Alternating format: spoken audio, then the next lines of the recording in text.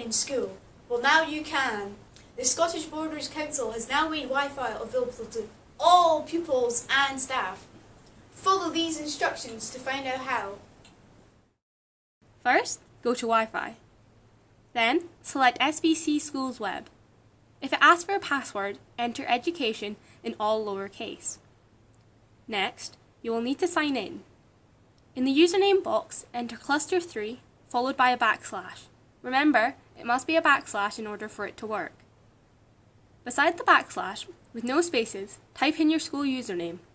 This is the login you will use for all school computers. Then, type in your school password.